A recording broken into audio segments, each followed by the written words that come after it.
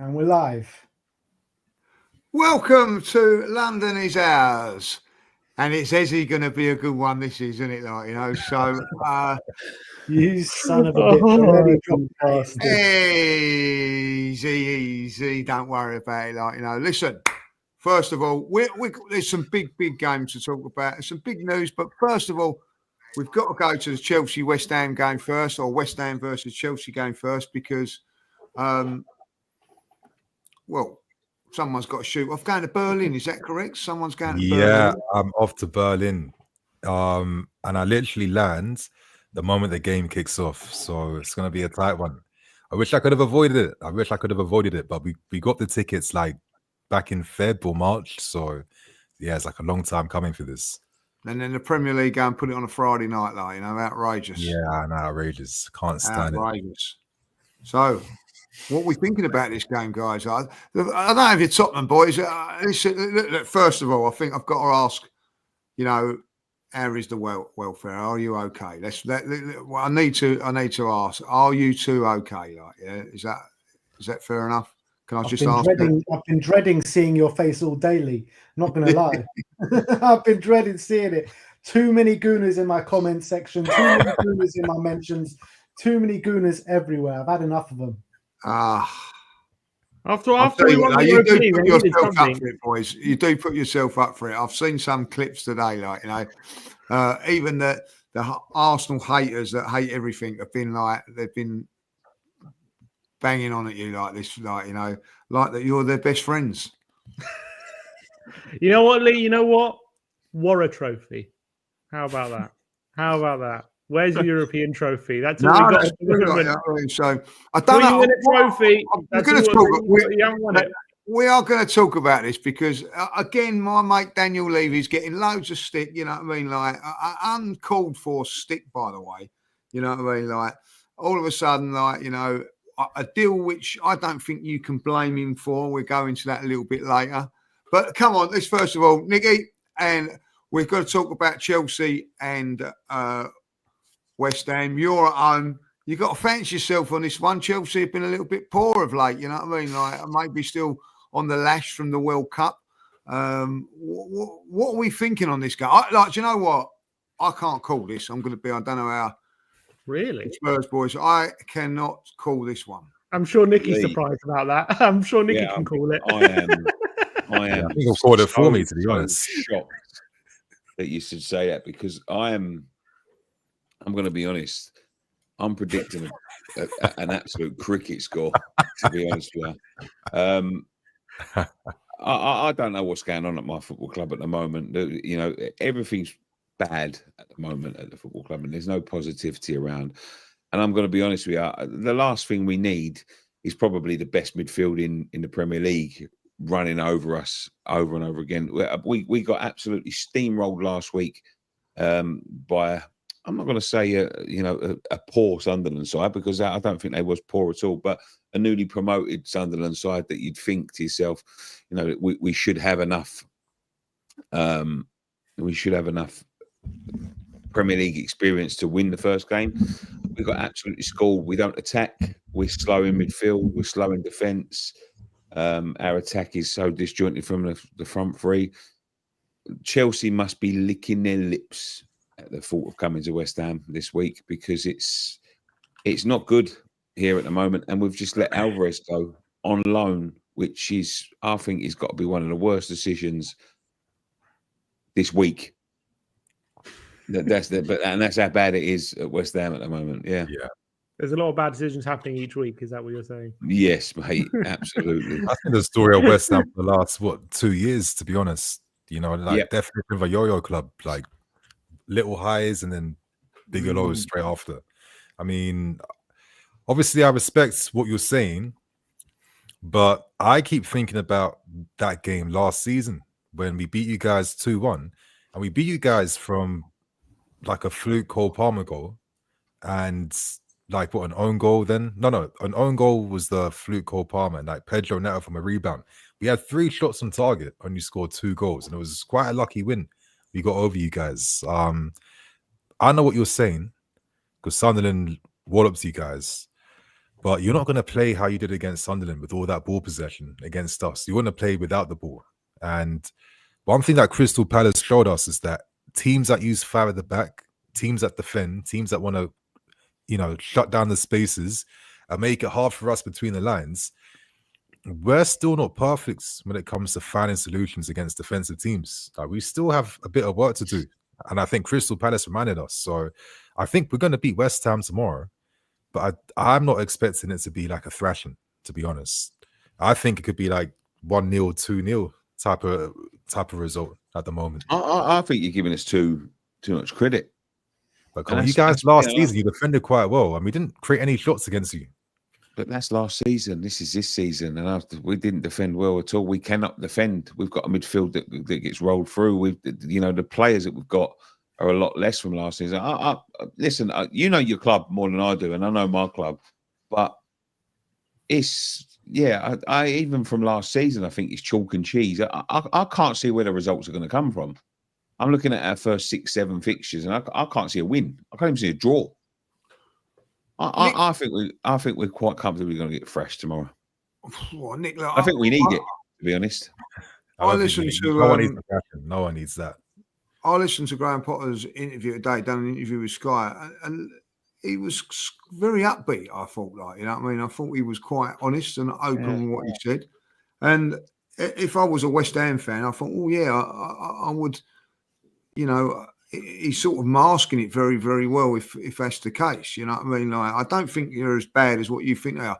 I think that Sunderland can happen. I don't think you expect a 3-0 defeat, but I surely there's got to be some sort of response, isn't there? Surely. You'd think so. You'd think so. And I know Potter is upbeat, and I know that he says the right things. But listen, the proof is in the pudding. We can all sit here. We can all make predictions. We can all, take, what happened last week and what's gone on during the weeks, and have that as, what you think is going to be gospel. But look, the proof is in the pudding. But I'm going to tell you now, if we come out the back of coming out of London Stadium tomorrow and they haven't beaten us 5-0, I will be very surprised. I'd be just as surprised if it's 5-0. Yeah, I'd take it, but I don't see it happening. I think you're right to feel the way you're feeling about West Ham, but I just know we're going to be playing against a defensive team tomorrow. And I think if you're Graham Potter, after you got beat by Sunderland, you're thinking, we can't lose the home fans this season. They're too important to lose. And I think the only way to keep the respect up and the energy up is to try and be a difficult team to play against. And let's see it like this. That 3-0 thrashing by Sunderland was the biggest defeat by Graham Potter since he's taken over. He's not taking over the easiest circumstances. That's not the squad he wants. That's not the players he wants. The fact that guys he's not getting the players he wants. We're letting people go, and we're not bringing anyone in. That's the worrying thing. Yeah, it's been very difficult. All the guys you're going for, they want to go to other clubs. It's not looking great, but no. I'm not expecting a thrashing tomorrow. I think it'd be a bit tired, to be fair. If Chelsea were not to win, say if you was to draw against West Ham or perish to fall to lose from a Chelsea point of view, would you be disappointed with that? Or do you feel that the confidence is that, listen, the game against Crystal Palace could have gone either way, if I'll be honest. I think Chelsea probably were the better team and could have nicked it at the end. But if you was to go to West Ham, it's never the easiest place to go to, as we can all vouch for. It's not an easy place to go to. But what is the overall feeling if it wasn't to go well? Do you actually think that you're going to get the 3 points? I feel confident we'll get the 3 points. It just won't be an easy 3 points that we bag. Obviously, if we were to lose, it'll be a lot of question marks on what's going on right now, because I feel like, again, I'm a Chelsea fan. The type of teams we've always struggled against for the last few years, and especially in the Maresca, are teams that defend, teams that use 5 at the back and then have 3 in midfield or 4 midfield. We got no space for Palmer or Crow to play in. And when Palace got the result against us, that's what they was doing, 5-4-1. No space for Palmer. It's quietest game in the last few months. No space for Enzo Fernandez. But Nini, you've had Potter as a manager. You know he's not a defensive manager.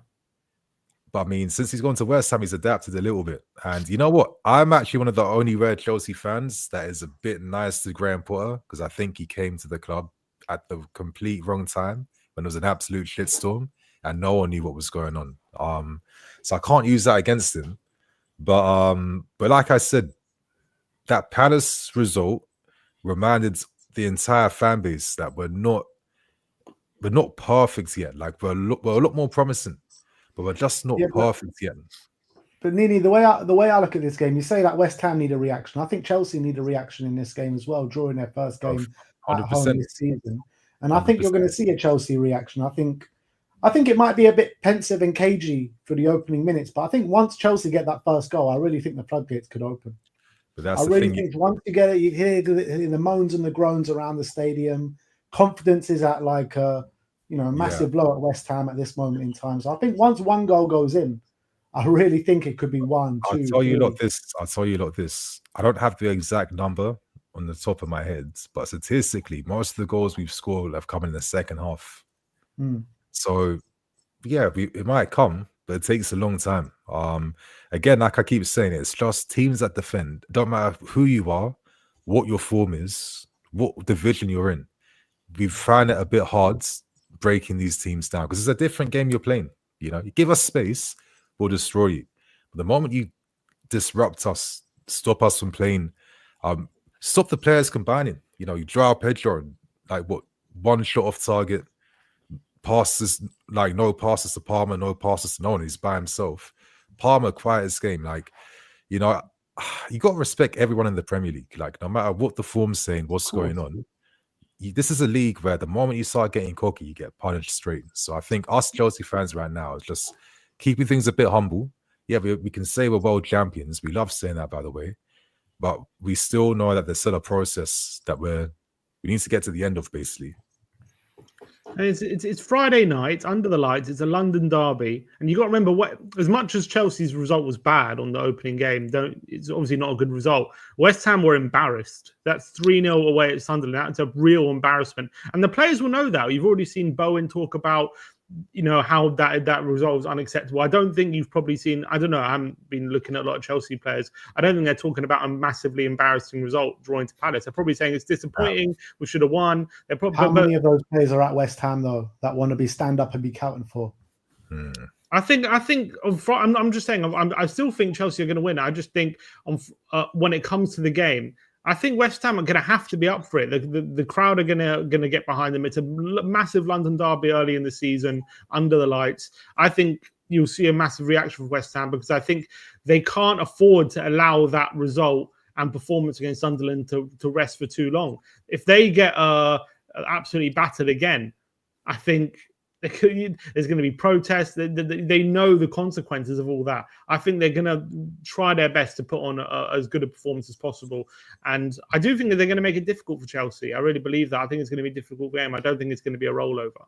I think West Ham are going to be up for it. So, yeah, Nick, do you think they're going to play like that, Nick? Do you think they're going to... How are West Ham going to play this? At home, big crowd, you know what I mean? They're going to play exactly... It's difficult to speak because, I've only got last week to compare against, but I think we're going to get a lot of the same. It's going to be a lot of huff puff, but no blowing your house down. You know what I mean? It's I can't see it there. I look at the result last week, then I look at our bench. We was looking at it today on West Ham Fan TV, and we named our bench what our bench will be if we played the same team against Chelsea. And there's not a player on there that I would say, yes, bring him in and he's going to change it completely. There's not one player, not one. Yeah. The starting 11. Like a championship bench, Nicky. Yeah. Yeah. You look like a championship Yeah, absolutely. And it's frightening because we haven't a League One bench, to be honest. We haven't got the signings in that we need. We've got rid of midfielders. We're very light midfield. When we ended last season, the first thing we said, and we ended the season with the same midfield. It's slow, it's lethargic, it can't move, it doesn't work. And we're saying we're going into next season, we'll never see this midfield again. And we've started exactly the same. We're letting midfielders go, and we've got no plan as to who to put in. And I've got to say this, I can see a comment by Good Beats in there saying West Ham fans deserved all they're getting. They wanted a new manager. They got it. Alvarez was magnificent playing for his country back in the summer. Fans want quick fix. Listen, I said Alvarez should be playing. And I said that. I don't know where you've got the notion that nobody wanted Alvarez to play. And Alvarez was absolutely magnificent. He can play in two positions, and they're two positions where we're really struggling at the moment. Yes, we wanted a new manager, but you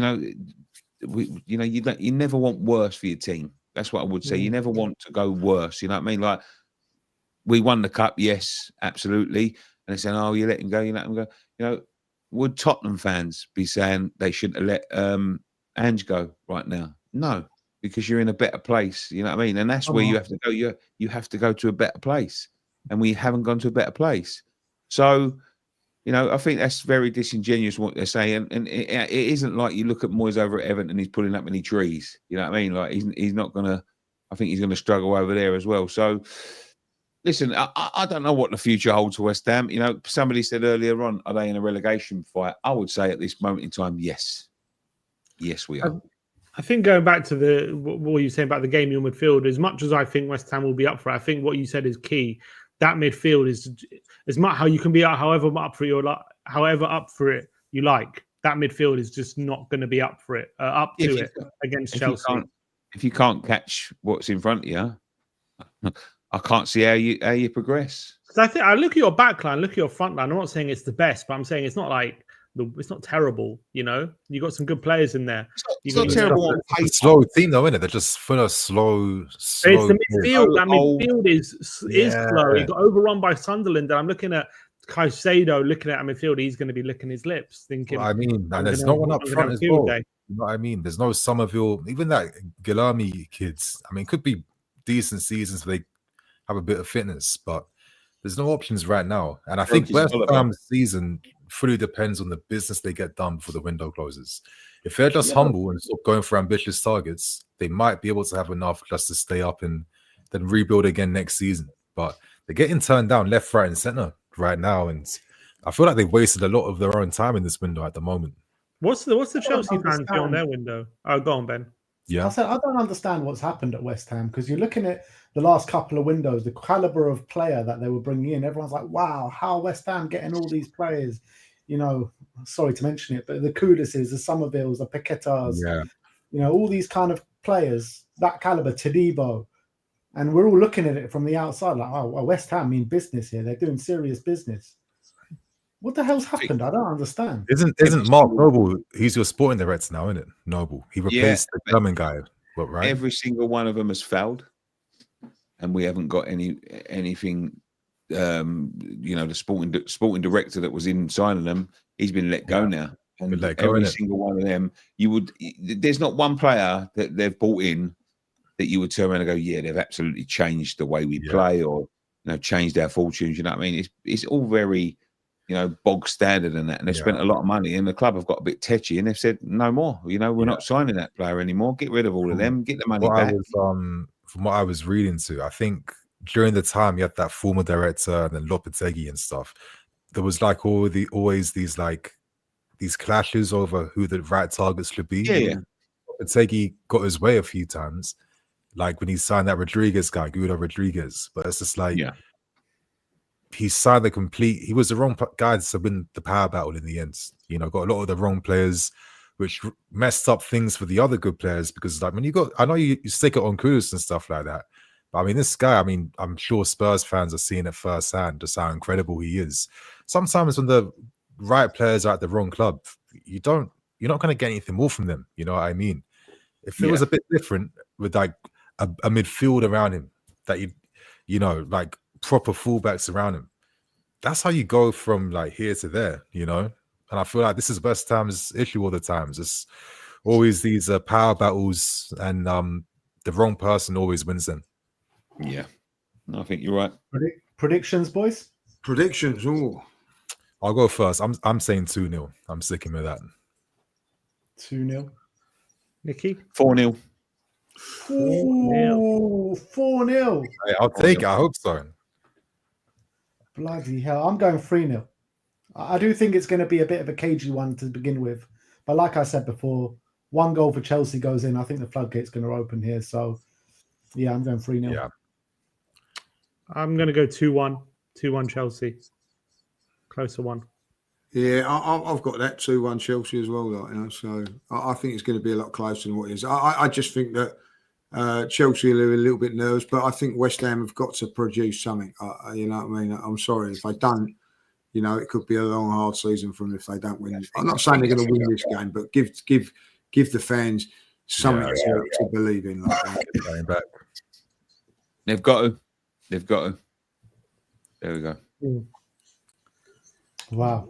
Right. You're making me feel sorry for West Ham a little bit here. Okay. Try and cheer you up a little bit. Try and cheer you up. They would never feel the same, Ben, in the same position. I know. Let's try and cheer you up a little bit, Nicky. We're going on to the mighty Spurs. Let's go on to them. Right, while you do that, can I go to the toilet? I'm just going to duck out for a second. Yeah, no worries. I am listening. Why are you doing that? Is Nini going to leave? Are you off? Yeah, I have to love you guys and leave you. No worries. Take care. Have a safe journey. Yeah, appreciate you guys. Drop us both out for a second and I'll come back in. Yeah. See you guys. All right, nice one. Nice one, Nini. We get his predictions for the other games and put them in the chat or something like. And put them down what he wants. Yes, he'll text them. So we go on now. Just the three of us, is it, Lee? Just the three of us. Like, let's go. Let's get it out there. Like, you know, the biggest game of the weekend, I do believe is this game. Well, no, it's probably not the biggest game, but is Monday Night Football counted as a weekend? I don't know. Like, I think Monday isn't, is it really? Match week, yeah. Match week, definitely match week. I think probably Liverpool and Newcastle just pips it because of what's going on. But this is a massive game, Manchester City versus Spurs. How are you guys feeling about this? Like, you know, listen, you've been let's get it out. Let's get it out there. Like, you know, you've had hard 24 hours, boys, haven't you? You've had it tough. You've been going viral. I know what it's like to go viral. Listen right here, yeah. Everybody watching what you boys are doing. Eze won the FA Cup last year. He won the Community Shield this year. If he really wants to say that's all I want to win in my career, I want to hang up my boots now, retire from trophies, then be my guest. You know what I mean? If he wants to play a bit part role in this Arsenal team, be my guest. You know what I mean? Good riddance to him. Seriously. So, and this is another blood in his hand for Daniel Levy, man. I'm sorry, but Daniel Levy. Well, how come I'll get that out? Again. How is it Daniel Levy's fault? How? Because David Ornstein said we could have had this deal done if we didn't. How I see it, like Ben, is he was looking. You know, what I gather, he was saying, "Oh, like I will come, but I want to play in the game on Thursday for." And say me goodbyes at Crystal Palace. And then, like... Did he play tonight, Lee? Did he play tonight? No, exactly. He didn't. No, so was he dragging his heels a little bit on this thing now? Someone said, which was great on the radio from a Spurs point of view, if there was any sort of doubts on this, Tottenham should have just said no, but they didn't. So I don't really know. Has Daniel Levy been played a little bit here or what? I don't know. I'm being... Lee, let me ask you this question here. Why does this stuff always happen to Tottenham and barely ever happens to anyone else? Twice this window, Morgan Gibbs-White now Eberechi Eze. It's happened time and time again in previous transfer windows. Well, Daniel Levy, let's take the Gibbs-White one first. You can go into that one first. Like, they've got the. I don't know really what happened there. If I be honest, they've obviously activated the release clause, and for some unknown reason, he signed an extension. Now, I don't see how that's Levy's fault. Like, I don't understand that much here. You know, I think with that one, I think most Spurs fans have a bit more sympathy because we did actually reportedly activate a release clause, and Marinakis was saying it's an illegal approach. And even then, you can argue, should Levy have just done things the right way, done things up front, and maybe Marinakis wouldn't have had such a bad reaction to the transfer. But at the end of the day, I think with the information we had, we knew about the release clause fee. we activated it. I think most clubs in that position would have probably done the same. So the fact that we just probably didn't, we were blindsided that Marinakis was going to threaten take us to court. He was basically holding Gibbs White hostage until he signs a new deal, all this kind of stuff. So I think for that one, I wouldn't say he's blameless, but I would say that was unlucky more than anything. This one, I don't see how you can't blame Levy. No, that's what I'm going to get to. I've got to ask this so much. He has to activate the exact release clause to the penny, not even hiding it one little bit. That's also true. That's why I'm saying he's not blameless, but I don't think it's totally his fault. This one, I don't see how you can't blame Levy. I really don't see the argument. One thing I will blame Levy, and if this is true, guys. There's something wrong at Tottenham Hotspur Football Club, right?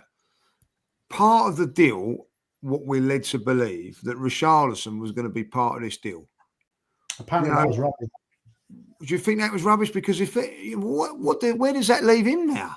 If that was only reported on the day that was only reported yesterday, and I don't know where that came from because a few hours later it was agreed that he's going to go. Half an hour later.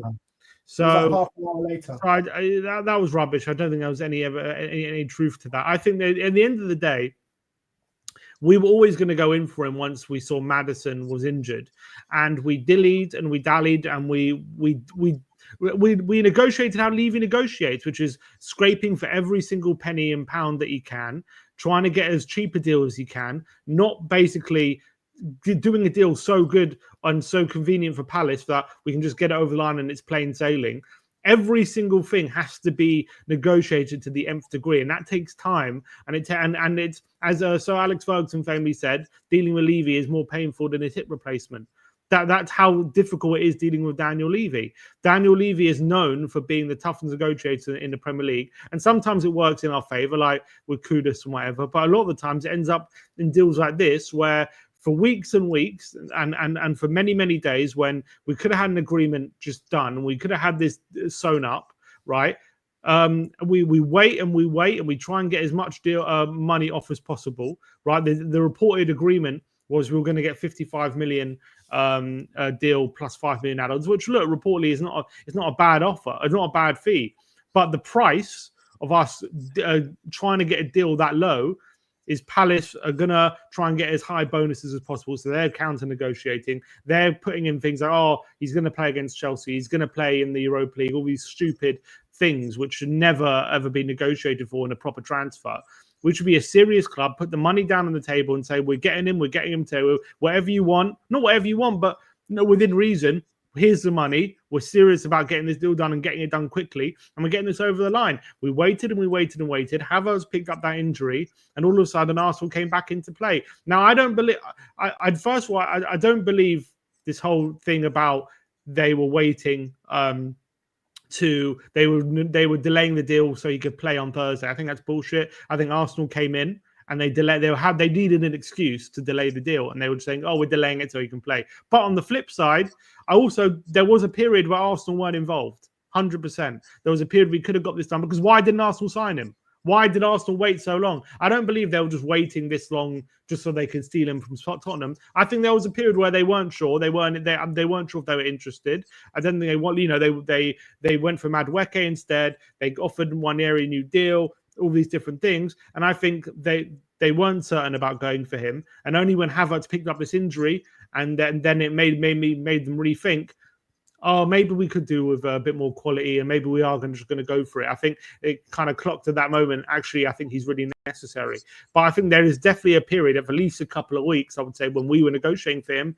You weren't in for him. You weren't, or at least you weren't certain about it. And there was a period we could have got it sewn up and done. And because we negotiate how we negotiate, and we're not decisive, and we don't just get deals done, there always has to be a renegotiation. And Palace were probably doing the same. They were probably coming back to us and trying to renegotiate. And because of all that, we left the door open for Arsenal. And we left I get that. I get what you're saying. But like, as far as if that is the case, what you're saying, like, you know what I mean? Like, is that there was only you involved, right? And so, like, we led to believe that we was the only team left with Gyökeres, for instance, like, you know. So you can try and be that little bit more stingy, if you like. Do you think that could have come into the case, or like, you know, like, you ain't going to pay over the odds for someone you're the only one in for. But that's the way Levy was thinking, for sure. He thinks that Spurs are the only horse in this race. I can take my time with these negotiations. I can get the price down as much as possible. But you can't be ever certain when you've got a player like Eze of Eze's quality on the market like that. All it takes is one little thing and another club comes straight in. And look, when Maddison got injured, we should have got that deal wrapped up within days after Maddison getting injured. Arsenal, as soon as Havertz gets injured, within 3 hours, bam, the deal's done. That's how, I'm sorry, and I hate to say this, but that is how a proper team act in the transfer market, not the way Tottenham act. The way Tottenham act is tin pot. We should have had that deal done within a few hours, like you did, if not within a few days. Do you know, I've just gone out for dinner with my brother. Like, you know, he's over from Thailand. Like, you know, obviously he's a Spurs fan, and he was saying, like, you know, and Regan as well, like, who's Michelle's boy, they're Spurs. So I've had a, you know, going out with a couple of Spurs boys today was highly enjoyable evening. Like, you know what I mean? But what he was saying, and I don't know if you agree with this, you know what I mean? Like, it's only something he put out that clubs don't like Levy, don't want so like, you know, the Nottingham Forest one, like, oh, let's put one over Levy, like now Crystal Palace have put one over, because when it comes the other way round, he's getting every single thing he can, you know, like out of the club, and that he's, you know, like, say for, you know, done fantastically well, get 100 million for Harry Kane, but there's been others along the line that he's squeezed as much as he can out of it, and they go, right, hold on, this is our chance to get payback. Do you think there could be something in that? 1,000,000%. 1,000,000%. You know, earlier on in Daniel Levy's tenure at Tottenham Hotspur, you know, he was seen as the toughest negotiator in the Premier League, one of the best negotiators in the Premier League. And I think that's all coming back to bite him now. You know, all these painful negotiations he's put other clubs through, it's all coming back to bite him now. And not many clubs want to deal with us. And if they want to deal with us, it's only out of desperation. Like West Ham, they only dealt with us because they had to. They would have preferred to sell to someone else. They would prefer to get a bigger fee. But the reality was they needed money there and then. And we were the only team willing to put the money down there and then. You know, not many clubs want to deal with us at this moment in time in the Premier League. I'm gonna let me chime in. I know I've been listening in. I think this is down to the player. I think this is the player's dealings. I think he was dragging his heels, and he was waiting for Arsenal. I think Arsenal was always his choice. Yeah, I think he could have. You know, if you're a club and you're in for a transfer for a player and you're the only one available, and you know you're the only one going to be signing for him, you can take your time. And obviously, I think, as Lee said, you know, you don't want to overpay for someone that you know you don't really have to. But these two deals here, you know, I think there is a what's the word? There is the option that, or the opinion that, you know, he needs to be put in his place, Levy, sometimes, because I think he does feel that he can come in and he can do what he wants, and he can, you know, the Spurs have got the power, and I have to, and I know people are going to call me salty and all that, but they're not at the level of the Arsenals or the Chelseas or the, you know, Man Cities when it comes to negotiations, and he thinks they are. But I also do think that Eze, if Arsenal ever came calling, he was going to go to Arsenal, and I think that there was a little bit of the player dragging his heels and seeing, you know, because there was rumblings of Arsenal early on, you know, but I think at that point, if I was negotiating for Spurs, I would have moved heaven and earth to get him, because there is nobody, and I mean nobody, going to come available on the market at that price range that's going to bring that quality. He is the best player outside of the top six by a long shot, by a long way. And I think I spoke about this. Where does he fit? I think he fits in any side, you know. And I was, for a Spurs perspective, I was thinking this is serious business, you know. And they've gone and got Kudus, and Kudus has had a good debut. They now get Eze. I think that, you know, you're talking about a serious side now. You know, Richarlison's playing well. You know, you've got the players like backup like Solanke and all that. And I think if they get Eze, that's a serious sign, because I think he improves any side, anyone. And I think, and this is God's honest truth, I think Eze could be the difference for Arsenal this season. I really do. I think a player of his quality, to bring him in to the difference what from finishing second to second? No, they were finishing third before, so it's going to be third. This is a serious signing. I think I'm very surprised that it was just Arsenal in for him. I'm surprised people like Man United weren't going for him, because he's just a fantastic footballer. He wins games, and he's more or less single-handedly won 2 cups for Crystal Palace in the last couple of months.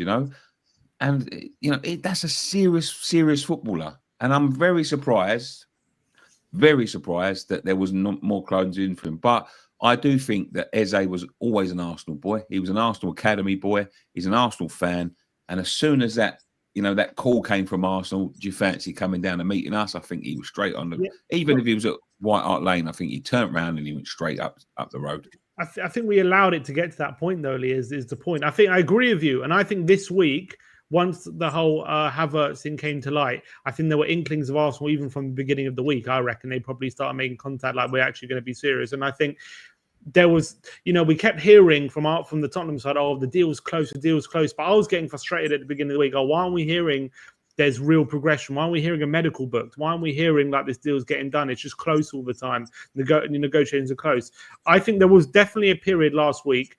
I think on Saturday, there was many journalists were reporting that Eze was set to be left out the Chelsea squad on Sunday, and because the deal was about to be sealed with Tottenham, and then all of a sudden something changed on Sunday, and he ended up playing for starting for Palace, and then all of a sudden, I think Arsenal then at that point came back in for him. So I think there was definitely a period that we could have got this done before Arsenal got involved. And I think it's our fault for allowing it to rumble on. Because I agree with you, Nicky. You say when there's a one-horse race, you feel like you can take your time. And that's what we did. We felt like we could take our time with this deal and try and get the best deal and not overpay, because we felt like we were the only ones in the race. But that was we had a full sense of security. We had a complete full sense of security, and we were blindsided. In hindsight, like we all know what's happened there. Like, I was very, very surprised that he played against Chelsea. If you're going to Spurs next week, I was very, very surprised by that. And also, when he was walking around at the end of it, it didn't look like he was that overjoyed about it or whatever. I know this is all hindsight sort of stuff, but surely when he's running out at Stamford Bridge and you've basically agreed a deal, surely that must have been red flags to it. Sorry to say red, but flags. So I'll just say flags. 100%. I'll say flags. Sorry about that. No, that's what we were saying. The deal was meant to be done, and then all of a sudden he started the game, and that was definitely one moment when I think I got the feeling, okay, what happened in the deal? I think everyone was kind of saying, and everyone was kind of justifying it in the fan base, saying, well, he's such a professional player. If the deal's not signed, he's always going to play if he's available, because he does want to end with Palace on bad terms. But for me, the reporting was he was set to be left out, and then he wasn't left out. So something happened in the deal that meant that there was a backtrack there. What happened? Why were we so close, and then all of a sudden we weren't? So something happened in that deal. Was it Levy posturing again? Was he coming back in for another negotiation? The amount of anecdotes, by the way, you've had. That's the point that Arsenal came in. That's the point that Arsenal came in my opinion. That's Saturday. When Arsenal came in, because that's when you heard Steve Parish is trying to get a different bonus here, a different bonus there, trying to stall the move. At the beginning of the week, yeah. That's when I thought Arsenal came in, or that's where, in hindsight, I think Arsenal would come in. I don't think the Havertz thing had anything to do with it, because it's a completely different player. Something happened at the beginning of the week and all that. Right, where do Spurs go from here? Because I asked my brother Darren and Regan today, who would they go to me? They threw Rodgers at me, like, as a thing. That ain't going to happen. Minimum of 80 million. That ain't going to happen. Garnacho was chucked at it, like, you know what I mean? Where does The problem is, we're talking to Darren and that, about there ain't that many sort of players out there now that are going to that Tottenham would be desperately looking at. Do you know what I'm saying? Or available. So where do Spurs go from here now? Nicky, what are the chances we come back into you for Paquetá? What are the chances, you reckon? Could do. I wouldn't be surprised if Paquetá does leave. I wouldn't be surprised at all if a sizable. Would that be a possibility, Nick? Are you going to want to pay 65, 70 million pounds for him? though? That's the thing. You know, you and ah'd over 60 million pounds for Eze, who, you know, I think when you look at the form of the two players, I think there's nothing in comparison. You know, 60 million pounds for Eze or 65, 70 for Paquetá. I think you go for 60 million pounds Eze all day long. If Eze's gone, and they could do if you know, it's whether or not we're going to be left, because we've let a lot of players go already, but it's whether or not, you know, we're going to have enough time to replace him. I would be up for letting him go. I don't know whether they're going to be able to suffer another Spurs sell. I really don't, because I think if there'll be a bit of a meltdown if they do that. But you know, if Levy's been there already. He's been to Sullivan's office, and it looked like Sullivan was bending over for him at the desk as he walked in the fucking office.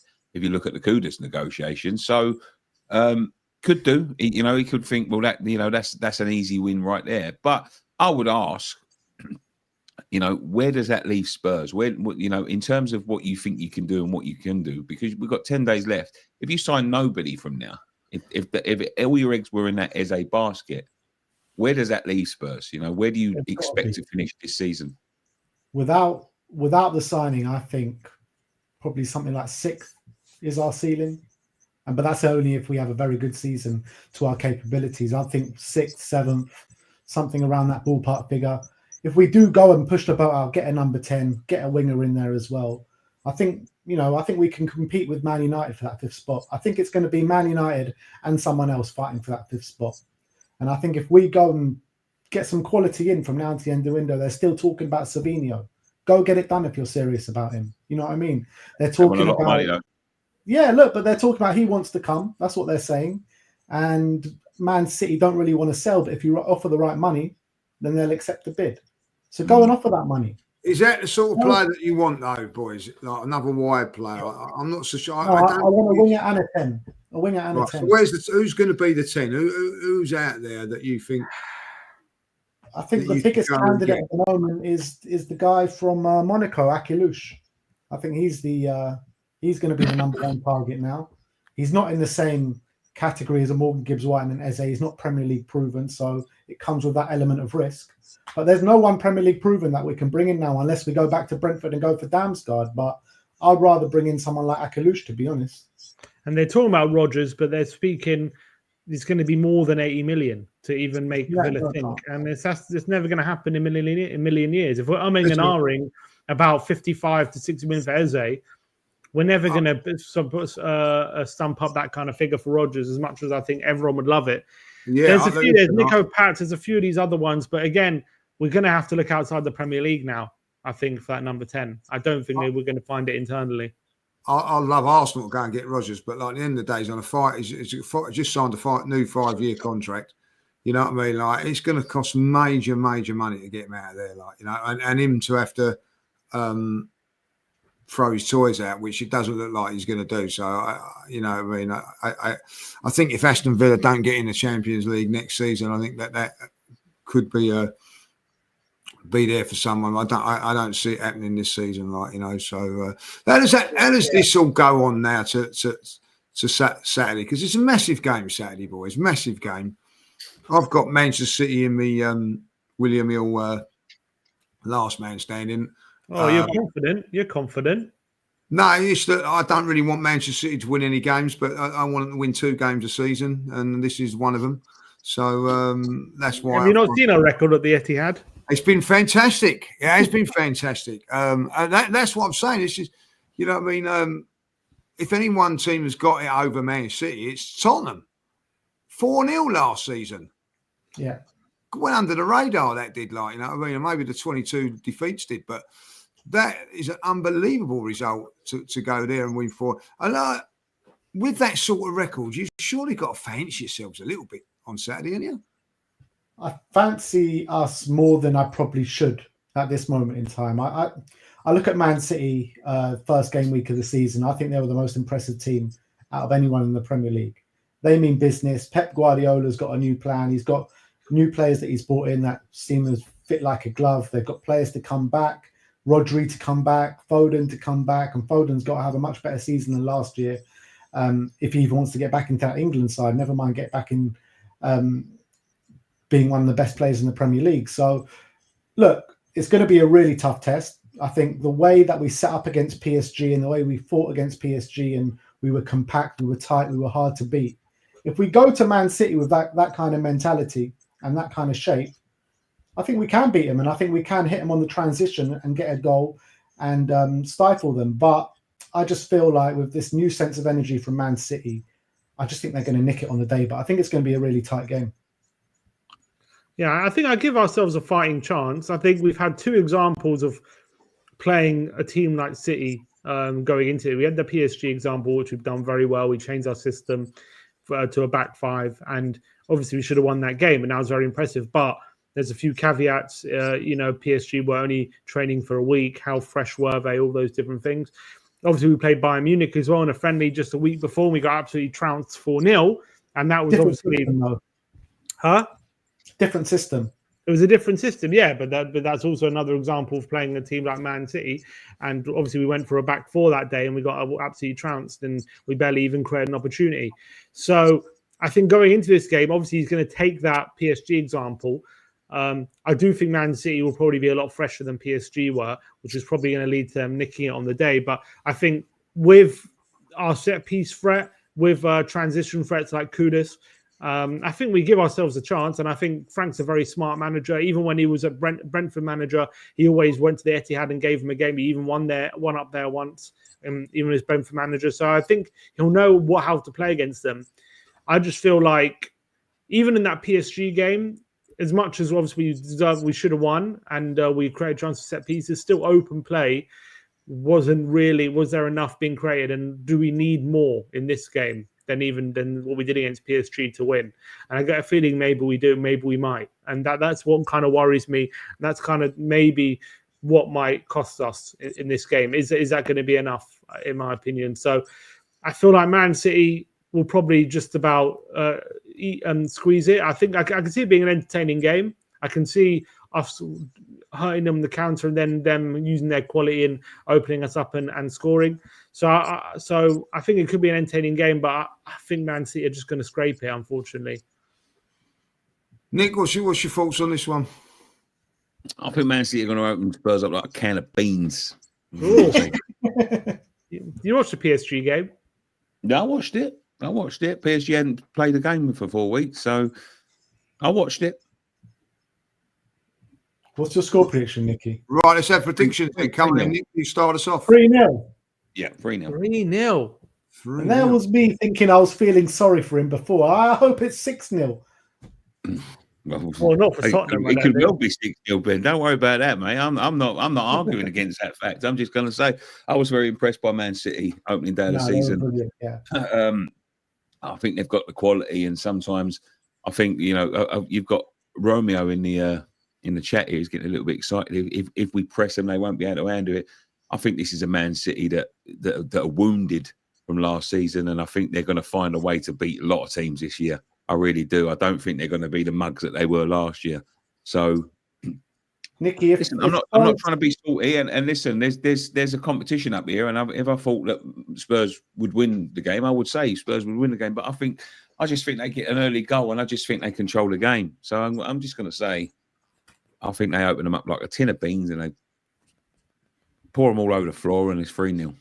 I'd like to think that it would be, Nick, but I think it's going to be a little bit more cagey than that, if I'll be honest. I honestly think that I know what you're saying, guys, about Man City last week against Wolves, but I'm not too sure Wolves are going to be anywhere near I think they're going to be a relegation team this season. I do, like, you know. So this is a test for Manchester City, like, you know.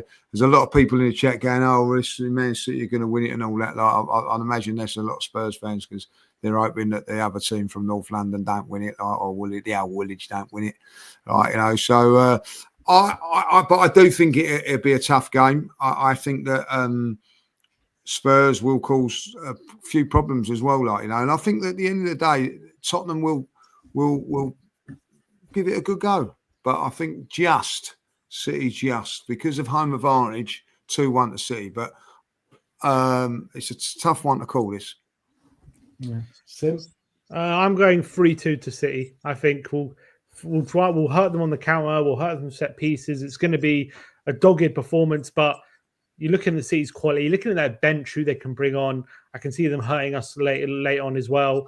I just don't think, as much as I'm seeing good defensive solidity, I'm still as well, when we come up against real quality, look, at the end of the day, I know we shut out PSG for large parts, but we did concede 2 at the end.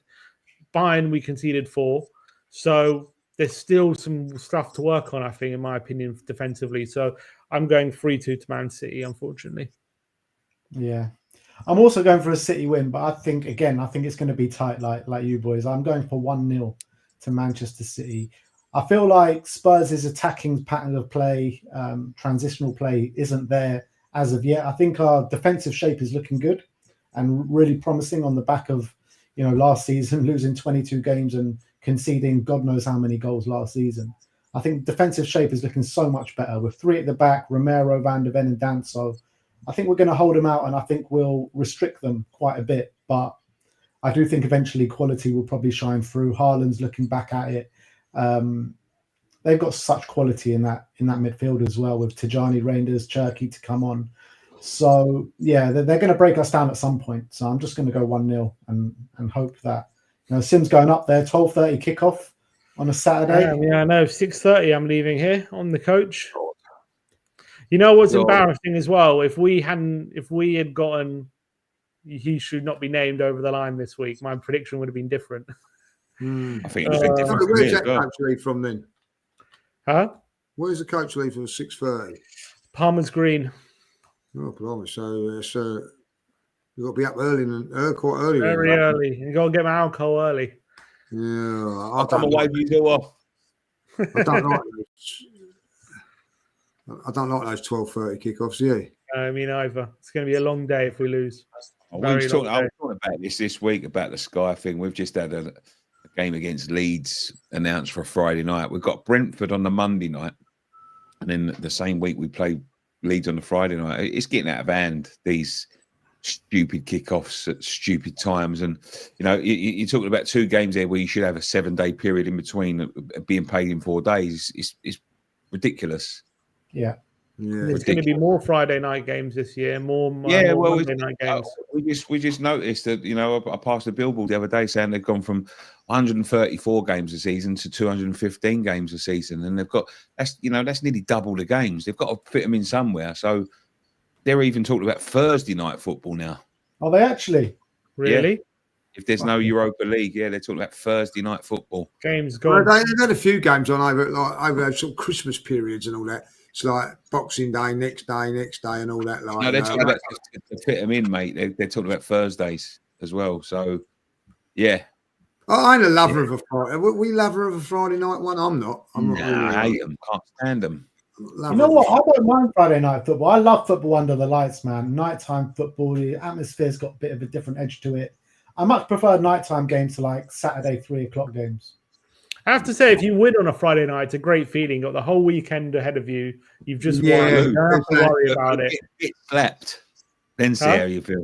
Yeah, if you lose, it's a long weekend. Yeah. It's a long weekend. Yeah, you know, as I say, I think the Saturday 12:30. If you're at home, it's all right. But I think away from home, far, it's ridiculous. You know what I mean? We've played Newcastle at 12:30 once, like, you know what I mean? Ridiculous time, like, you know what I mean? So, all right, well, Lee, it's your turn now. 5:30 on the Saturday. 5:30 on a Saturday. Not too bad a kick off for 5:30. The question is, Lee, is he making his debut on Saturday? Who's that?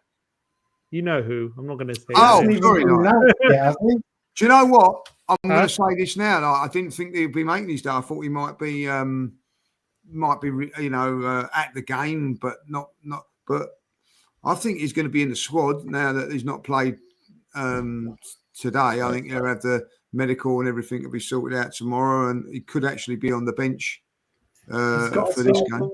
He's got to be signed by midday tomorrow. Midday tomorrow. So, like, if they've done the medical and all that, like, I could see possibly it happening. If not, he'll be available for Liverpool. The good thing is, from an Arsenal point of view, is that he's not been training alone and all that. He's been training and playing, so he's going to be match fit. He's going to be ready. It's just linking in with the players and things like that. So if they could get him on the bench tomorrow, I think that would be on Saturday would be a good thing. But I don't think it's the end of the world. So Lee, is this it though? No more excuses for Arteta. This signing is that it now. That's his last excuse done. He has to now win the league. Now you're bringing someone like Eze through the door. Yeah, listen, I think for one thing you got to say is, which has been forgotten about this, we've just lost Havertz at this moment in time. I don't know how long that's going to be. So hopefully that's not going to be too long. You know what I mean? They're a few weeks now. That's what the last I read. Well, I heard in like it's maybe a month, 2 months, 3 months. No, but I think we was all fearing like that it would be long term, and that would be a big worry because he's had a long term injury before that. Like, no excuses. Like, what I mean, this is it now. Like, we've got a good chance of winning the league. I think if you look back at last season, without a forward, we still ended up second and getting into the Champions League semi-final. Now you've got that forward. Now you've got that little bit more creativity. Yeah, let's have all the Spurs fans putting the pressure on, like, what I mean? Because lovely, like, what I mean? And more so than ever, like, And at the end of it, I think that, at this moment in time, I don't think there's a favourite now. I think with the Eze transfer, I think that Liverpool have strengthened very, very well in departments there, but they've still got a few little question marks over their defence. I think they're still going to be question marks. If they got Isaac? If they got Isaac, does that change? But they have not got him at the moment. No. So if they do, I think that could change it a little bit. I don't really know what's going to happen with it. I'm really looking forward to Monday night football, by the way. Newcastle, one of the most physical sides going. I'm expecting Liverpool to get a right good kicking up there, like, what I mean? So I think that is, if that doesn't go off up there, I'll be very disappointed. I think that is going to be very, very fiery. So we'll see what happens in that. And I'm only just talking what's going on in the director's box. I don't know about what's going to go on the pitch. You know what I mean? So I expect fisticuffs on the pitch. But like Romeo, like, Arteta has already failed 3 seasons. Like, you know what I mean? Like, I don't think failing to get challenging is a failure. Like, you know what I mean? I don't think it is. Like, I think last season. Would it be this season? Would it be a failure if you don't win the league this season? Depends what Liverpool do. I think, like, I actually go into this season now feeling that if Arsenal don't win it, it's down to the manager. I think that there's been other things going on and whatever. Like, I honestly, think at the end of the day, that Romeo, you know what it's like to fail win the league. Every time you fucking turn up in it, you don't win it. You know what I mean? So, am I taking crap off the Spurs fans about league? We're European champions. Yeah. Come on. Lee, can I ask you this? Did you see the PFA awards this week? No, don't agree with it. But go on. So you've got the I don't know if you two boys see this as well. You've got the part where Declan Rice is speaking about being named in the team of the year, and he starts talking about finishing second, and you get this little moment where Van Dijk and Salah looked at each other and they sort of started chuckling. Do you think that could be a bit of a kick up the arse to someone like Declan? Because I know Declan very well, and Declan's a very competitive man. And, Declan ain't going to take things like that. But they start chuckling at him at he's finishing second. Could that be sort of like a bit of like, look, they're laughing at us here, boys. Listen, Nick, that has got to be the motivation of it all. Like every every club goes round singing second LA. You know what I mean? You know, even teams like Man United that come 15th last season are singing that. Like, so of course it's a motivation. Like, you know, these players have got to get them. I think Arsenal got the best squad now that I have probably since we won the league in 2004. Like, as a squad, you know what I mean? Like the depth of it all. Like, you know, we was looking at it last season. We had 4 kids on the bench from January to May that never played for Arsenal. They were just bench fillers. You know, we've got players at the moment, if everybody's fit, that we'd have to leave off the bench. So there's no excuses about squads now. Like, you know what I mean? I think we have been a little bit thin on squad. You know what I mean? As you guys up the top will get to find out, the Champions League's a different ball game to what it has been in the past. You know what I mean? There's even been times when you could rest some a couple of players in the Champions League because you're already guaranteed a second place or qualifying for the next stage. This time around, you've got to play every game matters to the end, like, you know what I mean, for whatever reason. So there's a lot more games and a lot more tougher. So in saying that, I would say Arsenal have gone through that for 1 year, like the new format and all that. So there should be a little bit more experience of how that's going to go. You know, uncharted territory for everybody last season. So we're going to know what that's about. I don't think there's any excuses for Arsenal next season. Like, you know, if Liverpool beat us, that's because they're the better team, or Manchester City, that's, you know what I mean, like, or Chelsea, or whoever else is challenging, like, you know. But I feel confident going into this season.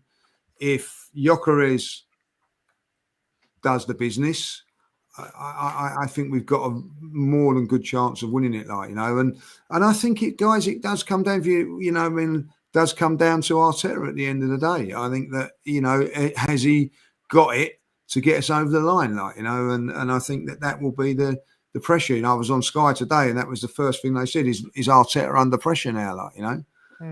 And in your best team, now you've got Eze, obviously everyone's all happy you've got Eze, but where is he playing in your best team? Is he playing off the left? Because he's not really a left winger anymore. Like, I think they play off the left. I think Arsenal just change it up a little bit. I think with him just coming in off of the left, look, you know, why Havertz is out, it means that Martinelli will back up Gyökeres and play a few games down the middle. That's what I see, particularly, like, you know, and he gives us a different, you know, if Gyökeres comes off, Havertz comes on, it's a little bit the same, like, in the way we play, but now all of a sudden we can hit on the counter attack if we've got Martinelli there, like, you know. And I think that he will come off the left and just play in that role. And I think, guys, when you play, you know what it's like. I'm pretty sure you've had it at Tottenham on a few occasions. I'm sure you have. That teams come in there and defend, and you've got to try and break them down and all that. I think you need more than just one player that's going to be able to open them up. You need it from all over the park, not just in those wide areas. Even fullbacks play a part of coming into it and all that, like, you know. So we're going to, and we face that, and we haven't done it very, very well. So I think that there will be, I think that he will come in off the left. But I think there will be games, horses for courses. Sometimes we might have to play 2 in there, 2 number 10s or whatever, and maybe 2 wide players. I don't know, but what it does give us is a lot more options. I know, like against PSG, we was 1-0 down at the end of it. And you're looking around on the, but who's going to come on? And I know we had a few injuries and all that. We had nothing. I think when he looks over now, you've got 3 or 4 brilliant options in there, like, you know. So and I think even with Trossard's not. I know we've probably all had these at our football club that you know, he's not the best starter, but when he comes on, he does things, like, you know what I mean, like he's an impact player. So listen, I think, like, you know, this for me is a big game for us because it's one of those games which has been sticky for us and we've struggled. This is where Leeds, what I see the other night, was tough. So we're going to have to be right at it and try and get the win. And I don't see it being a convincing win, if I'll be honest, guys. I think it's going to be a tough one because they're going to sit in and make it very, very hard for us. But we've got to find a way of breaking that down. Score predictions? 2-0 to the Arsenal. 2-0. Sim? I'm going, go on, Nicky. No, I've got the same. I've got Arsenal in final one standing this week. So yeah, I said 2-0. 2-0 the same. I'm going 3-0. Ooh. 3-0. I think there's going to be a bit of a carnival atmosphere. I feel at the Emirates this weekend because of what's happened. Unfortunately, however painful it is, that's going to be reality, and I think you'll use that. So I'm going 3-0. Yeah, look, I think Leeds going to get brought back down to earth. Great 3 points in their opening game against Everton, but yeah, I'm going 2-0 as well. I don't think it's going to be the greatest game of football. No, nor do I. Ben, sorry, I think as well. I don't think it's going to. I get what Ben's saying there, like, you know what I mean. It seems Kane, it's going to be like a good atmosphere, and of course they've got the tunnel off now, so that's going to make it even more. Oh, Arteta's made the world of difference getting that tunnel off. That unbelievably library-esque atmosphere coming out of the. And listen, like the most important thing about it was going to keep, forget about Eze, forget it. They've got decent beer back at the Emirates now, like, you know what I mean. So that's going to be everybody. What beer they got? Oh blimey, the Japanese one. Asahi. Asahi, that's it. Yes, that's what they got. That's annoyingly good. It is annoyingly. It's not a bad beer, like, you know what I mean. I think you've got Amstel down yours, which is all right. I like the Beavertown. We have Beavertown, yeah. Well, it's all that bit. Like, we had that Camden stuff. It's all a bit like. And then Hells. Yeah, I don't like. Oh my god, I couldn't stand it. It's all a bit. I don't know. You don't like a good IPA? No. I'm not a bitter man, you know what I mean? I think we've got Heineken. Not like you two up there. I bet you like a bit of you two up there, you know what I mean? You will be come the end of the season, trust me. I don't know like that. So listen, I'm looking forward to Saturday, but the pressure's on, isn't it? As you guys said, I think that it is on, like, you know what I mean? Like, we finally before we go, let's just chuck it in. Let's just chuck it in the Monday night football. Come on. Newcastle versus Liverpool. Now, this would be an unbelievable game. Cool. I remember Hart. Do you remember Hart? I don't suppose any of you remember Hart. Yeah, I remember a pint of Hart. You remember Hart? Yeah, I remember Hart. Connor, you're showing your age, mate. I have no clue what you're talking about. No, you wouldn't know. You wouldn't know, like, you know what I mean? So that is going back. That is going back. Old man used to drink that. Yeah. So, yeah, the old man used to have a couple listen, this game would be like, if Isak was like happy at Newcastle and firing and everything like that, this would be an unbelievable game. Because he's not there, does it change it? I actually watched Newcastle against Villa. I was impressed with them, other than in the final third, like, you know what I mean? So I'm pretty sure we're all going to be watching it, and we, like, you know what I mean? So what sort of game is it going to be? I'll tell you something now, right? I'll tell you something from the get-go. Isak is going to be so relieved that this game comes before that move. And he's not involved in it, because if he was involved in this game, if he'd have signed that contract a couple of weeks back for Liverpool and he was turning out for Liverpool there, I think levels of hate for a player would never have been seen. Now, very, very passionate up there, Newcastle fans, man. And I think the only other thing that there could have been worse if the geezer signed for Sunderland. If I'm honest with you, like it would have been levels and levels, and I think he would have been absolutely terrified to go back there. What's your opinion on what he's doing at the moment? Refusing to play his statement. Poor. And unfortunately, and it's really unfortunate for Newcastle, because he is in his position at the moment. He's one of the top players in the world. Yeah, lot of teams over the world would want him, and it's unfortunate. But for me, and I suppose it comes from a place of, we don't have 100 million, players of that quality to look back on and say we've had them. We haven't got the players like the Arsenal teams, like the Invincibles. We haven't had them that complete level of team. Yeah, but I'm of that ilk. If they don't want to play for you, get the fuck out. You know what I mean? Like, at the end of the day, and whether it's Tottenham, Arsenal, West Ham, Chelsea, Newcastle, or even Hartlepool down at the bottom, if you don't want to play for my club, you're not welcome at my club anymore. You know what I mean? Like, we've paid you good money, and that is where, I'll draw on sort of Kudus, and that was where you would draw on sort of Sol Campbell, and that's where you find that relief. If they don't want to play for you, what is the point? Don't keep them at your football club, because your football club is above that.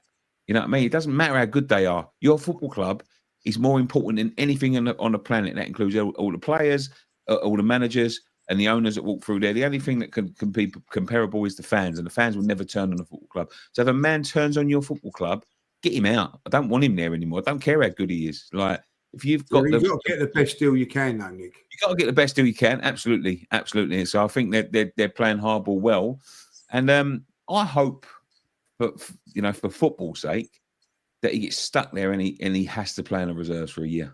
What do you? All right, okay. Let's just quickly go around because we're running out of time. Like, what do you reckon the score is going to be quickly from the prediction point of view?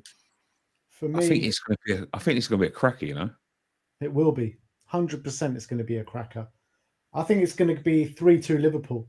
But I want to say back on what you were saying, Nicky, about it's good for him that he's not playing in this game. I mean, do you not think that players sometimes relish these kind of opportunities, like 100%. being the pantomime villain? I remember like Judas, right? Every time he came back to Tottenham, I think he had a good game. I think Jermaine Defoe, whenever he went back to West Ham or whatever, whenever their teams played each other, he always had a good game. I feel like these players always kind of relish these opportunities, and sometimes if you're of the right character, you enjoy being that kind of pantomime. 100%. Kudus is looking forward to that West Ham game. Don't 100%. Believe. I don't reckon he will be. He will Listen, be. some players relish it. Actually, I think Kudus will be one of them players, because I think the way it has affected, like Declan Rice. Like the West Ham games have affected Declan Rice. I think he's emotionally attached to West Ham, Lee. Yeah. I think he's got an emotional attachment. I don't think Kudus is emotionally attached. No, and I think there is a thing. I agree. I think he's got a lot of love and respect for. I love. Yeah, we bought him to where he is today. You know, I mean, and he learned his trade there. Sol Campbell, I just think was soulless. Absolutely. Excuse the pun. I don't think we've got any love for anybody but Sol Campbell. Agreed. I like Sol. Adebayor as well. Adebayor always played well against Arsenal. Yeah, Adebayor, he did. Yeah. Anyway, back to my prediction. I'm going 3-2. 3-2. Yeah. I'm going to go 2-2. I think Newcastle are going to be well up for this. I think they're going to nick a point. I actually think, even without Isaac, the way they play and the way Liverpool play could suit Newcastle. So I think it could play into their hands a bit. I saw how Liverpool were defending against Bournemouth, and I think that could really suit a counter-attacking Newcastle display. And I think the whole Isaac thing as well is going to be an electric atmosphere. But I think Liverpool's quality means they'll get a draw. But yeah, the whole Isaac thing, I think Isaac is so badly advised. I think he's insane for doing what he's doing. Like he's playing for a team in the Champions League. Like he's getting a good wage. And the fact he's refusing to play, I understand Liverpool's a bigger move, but Newcastle are clearly doing everything they can to find a replacement, and Liverpool aren't stumping up the money. And they've been very good to him, Newcastle. So I think like the fact that he's refusing to play is actually barking mad. It's actually disgusting. And it's not like he's playing, like, no disrespect. If he was playing for West Ham, maybe I'd understand a bit. Or maybe if he was playing for Everton, I'd maybe understand. Because look, there would be teams down at the bottom, and like he'd be pushing all he can to get a move. But Newcastle, they're a good team. 2 out of the last 3 seasons, they've been in Champions League now. So, like, why is he so desperate to, like, refuse to play for them ever again? It's like as if they're not, like, ambitious or good at all. It's crazy, I think. Nick, what are you going for? I'm going to go back to a throwback to the 90s, 4-3. 4-3. To Newcastle or Liverpool? I'm going to go Newcastle. Oh! I'm going to go. I'm with you, Slim. I'm going 2-2 as well. And like, finally, it's just a yes or no answer. Okay. Because Lee wants to go now. It's not about Eze, come the 1st of September, will Isaac be a Liverpool player or a Newcastle player? And you want a yes or no answer? No. So yeah, I haven't finished yet, have I? My question to you is: bloody Spurs, jumping the gun again. You think you got it? You're doing an Eze on me, like, you know what I mean? Right? Do you think he will be at Newcastle on the 1st of September? No. No. Yes. What? Yes. Yeah, I I'm think going it yes will and be. all. So that's two I think, yeses and 2 no's. And that's the greatest thing. It's No one has a clue. untenable now. It's surely untenable. Look, But I don't think Liverpool are going to stump up the money, Ben. I don't think they're going to stump it look. up. As soon as he comes back in and scores a goal, everything's going to be forgiven. That's how it works in football. It is how it works. You're true. That's very true.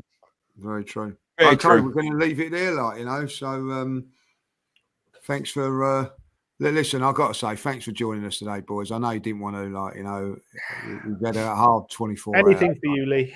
No, and you know, Nick, good luck tomorrow. Thanks, You mate. know what I mean? We need it. We need Everybody have a fantastic weekend, and we'll see you next week. We'll see Have you a next good one. week, people. Come on. London is ours.